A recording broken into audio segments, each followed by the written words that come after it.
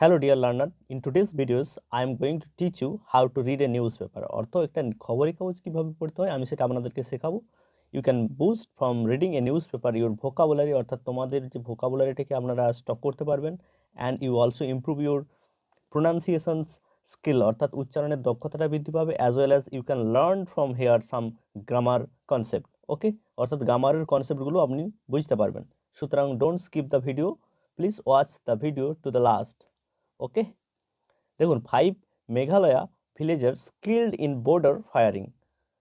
এটার দ্বারা বোঝাতে চাইছে যে 5 জন মেঘালয়ের গ্রামবাসীরা, ভিলেজার্স মিন গ্রামবাসীরা, কিল্ড অর্থ হত্যা করা হয়েছিল, ইন বর্ডার ফায়ারিং অর্থাৎ সীমান্তে গুলি বর্ষণের কারণে। ফায়ারিং মিনস গুলি বর্ষণ, আর বর্ডার অর্থ সীমান্ত, বাই আসামস কপ অর্থাৎ আসামের যে পুলিশদের দ্বারা। কপস হচ্ছে সিনোনিম অফ পুলিশ, কপস।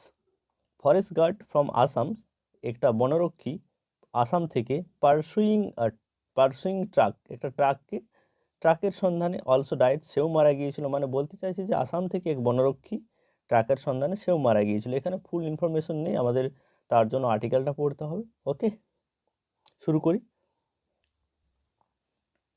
দেখুন, five Meghalaya villagers war among 6 people kill in class early Tuesday between a mob and a contingent of police and forest guard from Assam in pursuit of a truck allegedly smuggling timber across the interstate border.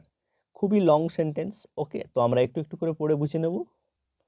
দেখুন, 5 Meghalaya villagers war among 6 people killed in class early Tuesday অর্থাৎ 5টি মেঘালয়ের গ্রামবাসী যারা ওই 6 জন মানুষের মধ্যে ছিল, কিল যাদেরকে হত্যা করা হয়েছিল, ইন এ ক্লাস অর্থাৎ একটি দ্বন্দ্বে বা একটি যুদ্ধে, আর্লি টিউসডে এই মঙ্গলবার, বিটুইন আ মব বলতে জনতা, and a contingent of police and forest guard from Assam.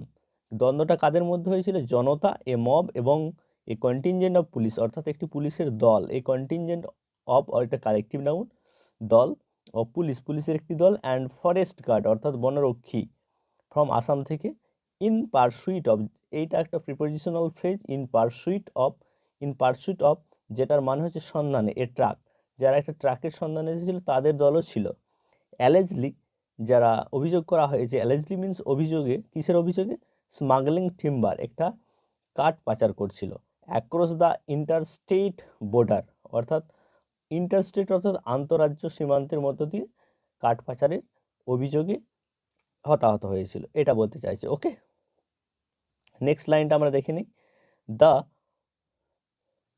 Death reignited a boundary dispute between the neighbor that was partially settled barely 8 months ago. বলতে চাইছে দ্য ডেথ অর্থাৎ ওই যে মৃত্যু হয়েছে ঘটনাটায়, রিইগনাইটেড, ইগনাইট মানে জ্বালানো, প্রজ্বলন করা, আর রিইগনাইটেড মানে আগুন ছড়িয়ে দিয়েছে বা তীব্র করে দিয়েছে, এই সেন্সে ব্যবহার করা হয়েছে। আ বাউন্ডারি ডিসপুট একটা হচ্ছে সীমান্ত বিবাদকে বাড়িয়ে দিয়েছে, বিটুইন দ্য নেইবার ওই প্রতিবেশীদের মধ্যে, দ্যাট ওয়াজ পার্সিয়ালি যেটা ছিল, দ্যাট ওয়াজ মিন যেটা ছিল আংশিকভাবে, সেটেলড বেয়ারলি 8 মান্থ এগো যেটা মীমাংসা করা ছিল এই 8 মাস আগে, এটা বলতে চাইছে। আর পুনরায় আবার সীমান্ত বিবাদ শুরু হয়ে গিয়েছিল। ওকে, Assam barred local vehicles and tourists from entering Meghalaya after a car registered in the state was torched in Shillong, 98 কিমি from Guwahati, late evening. অনেক বড় সেন্টেন্স, একটু একটু করে বুঝতে হবে আমাদেরকে। আসাম অর্থাৎ আসাম যে স্টেট, এটা এখানে সাবজেক্ট, বার্ড অর্থাৎ বন্ধ করে দিয়েছিল বা নিষেধাজ্ঞা জারি করেছিল, বার্ড এটাকে পাস্ট করে দেওয়া হয়েছে, লোকাল ভেহিকেল অর্থাৎ স্থানীয় যানবাহন চলাচল বন্ধ করে দিয়েছিল, and tourist from entering Meghalaya এবং মেঘালয়ে ঢোকা সমস্ত ট্যুরিস্টদেরও নিষিদ্ধ করে দিয়েছিল। After a car registered in the state, এবং একটা গাড়ি ওই স্টেটে নিবন্ধীকরণ বলতে পারি, যতক্ষণ না রেজিস্টার হয় ততক্ষণ ঢুকতে দেওয়া হচ্ছিল না। ওয়াজ টর্চ ইন শিলং, যেটা শিলংয়ে হচ্ছিল ওই কাজটা, তল্লাশির কাজে, টর্চ ইন শিলং যেটা শিলংয়ে হচ্ছিল, 98 কিমি ফ্রম গুয়াহাটি যার ডিস্টেন্স ছিল 98 কিমি, লেট ইভিনিং অর্থ গত সন্ধ্যায়, এটা বলতে চাইছে। ওকে, মেঘালয়া বন্ধ করে দিয়েছিল বা রুদ্ধ করে দিয়েছিল বা আটকে দিয়েছিল বলবো, blocked mobile internet in 7 district for 48 hours. অর্থাৎ মেঘালয়া বন্ধ করে দিয়েছিল মোবাইল ইন্টারনেট পরিষেবা ইন 7 ডিস্ট্রিক্ট অর্থাৎ 7টি জেলাতে ফর 48 আওয়ার্স অর্থাৎ 48 ঘন্টার জন্য মোবাইল পরিষেবা বন্ধ করে দিয়েছিল।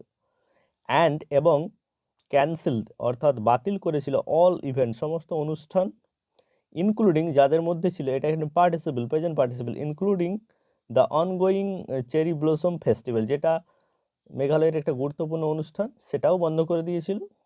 চেরি ব্লসম ফেস্টিভ্যাল উৎসব, এ মেগা মিউজিক কম্পিটিশন, একটা খুবই বড় মেগা মিউজিক কম্পিটিশন অর্থাৎ সঙ্গীত প্রতিযোগিতা, অ্যান্ড লিটারারি ফেস্ট এবং সাহিত্যের যে অনুষ্ঠান, ওকে, বা সাহিত্য মেলা, এই ধরনের কিছু সব অনুষ্ঠান কিন্তু বন্ধ করে দিয়েছিল। মেঘালয়া সিএম মিনস, এটা ফুল ফর্ম হচ্ছে চিফ মিনিস্টার। মেঘালয়ের chief minister Conrad Sangma accused Assam police of entering his state along with forest guard. মেঘালয়ের সিএম কনরাড সাংমা অ্যাকিউজড অর্থাৎ অভিযুক্ত করেছিল আসাম পুলিশকে অফ এন্টারিং অর্থাৎ ঢোকার যে তাদের সীমান্তে ঢোকার জন্য অভিযুক্ত করেছিলেন, হিজ স্টেট অর্থাৎ ওই রাজ্যে, তার রাজ্যের কথা বলছে Assam, along with forest guard অর্থাৎ সঙ্গে নিয়ে, অ্যালং উইথ অর্থাৎ সঙ্গে নিয়ে বনকর্মীদের, and resorting to unprovoked firing, এবং রিসর্টিং অর্থাৎ তিনি অবলম্বন করেন আনপ্রভোকড ফায়ারিং অর্থাৎ অপরিচিত ফায়ারিং, মানে আমরা বলবো যে বর্ষণ, গুলি বর্ষণ, এটা তিনি দাবি করেছেন। The BJP led Assam government অর্থাৎ বিজেপি শাসিত, এখানে লেড একটি অ্যাডজেক্টিভ হিসাবে কাজ করছে, বিজেপি লেড আসাম গভর্নমেন্ট অর্থাৎ আসাম সরকার ক্লেমড, বিজেপি হচ্ছে ভারতীয় জনতা পার্টি, এটা একটা পলিটিক্যাল পার্টি ইন ইন্ডিয়া অর্থাৎ ভারতের একটা political party BJP led Assam government, BJP শাসিত আসাম গভর্নমেন্ট ক্লেমড অর্থাৎ দাবি করে, এটা হচ্ছে ভার্বের পাস্ট ফর্ম।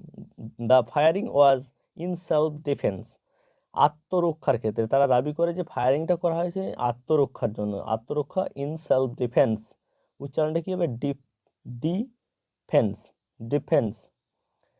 মেনশনিং, এবং তারা উল্লেখ করে, মেনশনিং হচ্ছে পার্টিসিপল, মেনশনিং দ্যাট উল্লেখ করে, that one of a casualties, ওই যে হতাহত was forest guards from the state, that one অর্থাৎ একজন ছিল, অফ দ্য ক্যাজুয়ালিটিস বলতে হতাহতের মধ্যে একজন ছিল, ওয়ান মানে একজন, অফ দ্য ক্যাজুয়ালিটি অর্থাৎ হতাহতের মধ্যে, ওয়াজ আ ফরেস্ট গার্ড এবং ছিল একজনের মধ্যে বনরক্ষী বা কর্মী বলতে পারি, ফ্রম দ্য স্টেট তার রাজ্য থেকে, ওকে। বোথ স্টেট সেইড, প্রত্যেকটি রাজ্য অর্থাৎ এখানে বোথ বলতে উভয় রাজ্যের কথাই বলা হয়েছে, আসাম অ্যান্ড মেঘালয়া, সেইড বলেছে, দ্য ক্লাস অর্থাৎ এই বিবাদটা, অকার্ড ঘটেছিল, অকার্ড মিন হ্যাপেন্ড অর্থাৎ ঘটা, ইন দেয়ার টেরিটরি অর্থাৎ তাদের এলাকাতেই ঘটেছে, a territory means particular area of a particular country or state etcetera, territory মানে তাদের অঞ্চলেই ঘটেছিল। অ্যাজ আসাম ক্লেমড, আসাম দাবি করেছিল, মুক্রো একটা গ্রামের নাম, Mukroh village was a part of west Karbi, Mukroh ভিলেজটা ছিল একটা অংশ, এ পার্ট অফ মিনস অংশ ছিল ওয়েস্ট কারাবির, ওয়েস্ট কারাবিটা কি অ্যাংলং ডিস্ট্রিক্ট, ওই ওয়েস্ট কারাবি হচ্ছে অ্যাংলং ডিস্ট্রিক্টের মধ্যে পড়ে।